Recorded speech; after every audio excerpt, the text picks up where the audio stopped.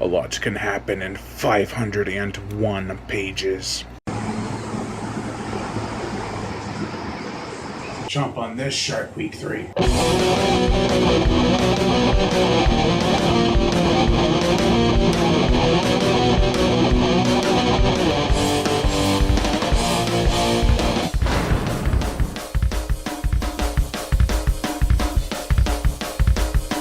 MEG.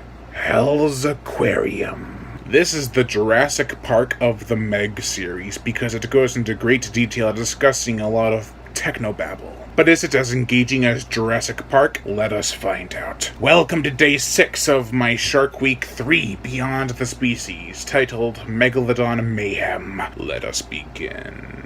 The plot! After Jonas turns down a foreign investor, Jonas's son, David, is soon offered the same position and he takes it. He is to teach a group of roughnecks how to properly drive a sub, and help capture some prehistoric predatory pests for a hellish aquarium. There he meets the love of his life, Kylie. The two are soon chosen to descend into a subterranean sea, where they soon enter Panthelas's ceiling, which is like a gap, a hole that leads to some awesome shit. And from there, the rest of the story is told in suspense, action, and loss. This is mainly David Taylor's story. He has taken the reins and is now the focal point of this book. He is much cockier than he was in Primal Waters, and he's 5 years older. Something Steve Alton didn't really take into consideration because he's older than 5 years older in the book. But he is still a likable and charismatic character. By far, though, David and Kylie's chemistry is my favorite aspect of the story. We've read vicious attacks and vile villains, but this time the love story is even stronger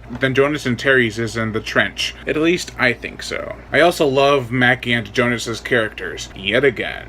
They're always a treat to read. Mac is a recovered alcoholic and Jonas is an aging fossil himself. Terry and Danielle Taylor have very little page time. However, you can tell Danielle has grown more as a person.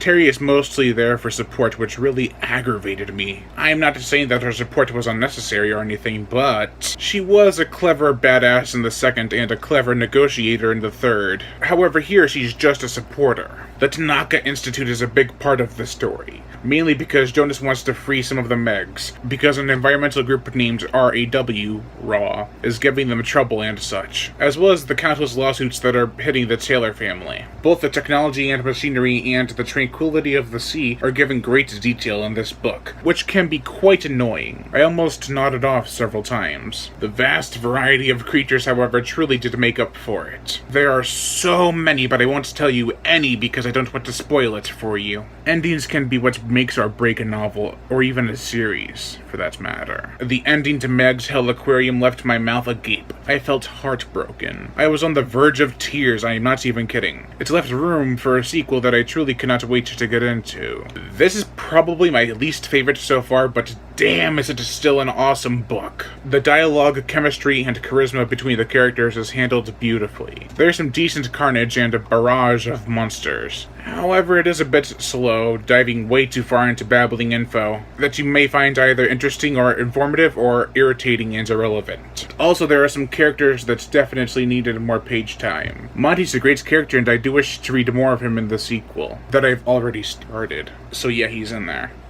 Okay. Overall, I give Meg Hell's Aquarium a 4 out of 5. I am Brian Gatto, host of Horror Show Movie Reviews. Make sure to like my Facebook page in the description below, to leave comments, and subscribe.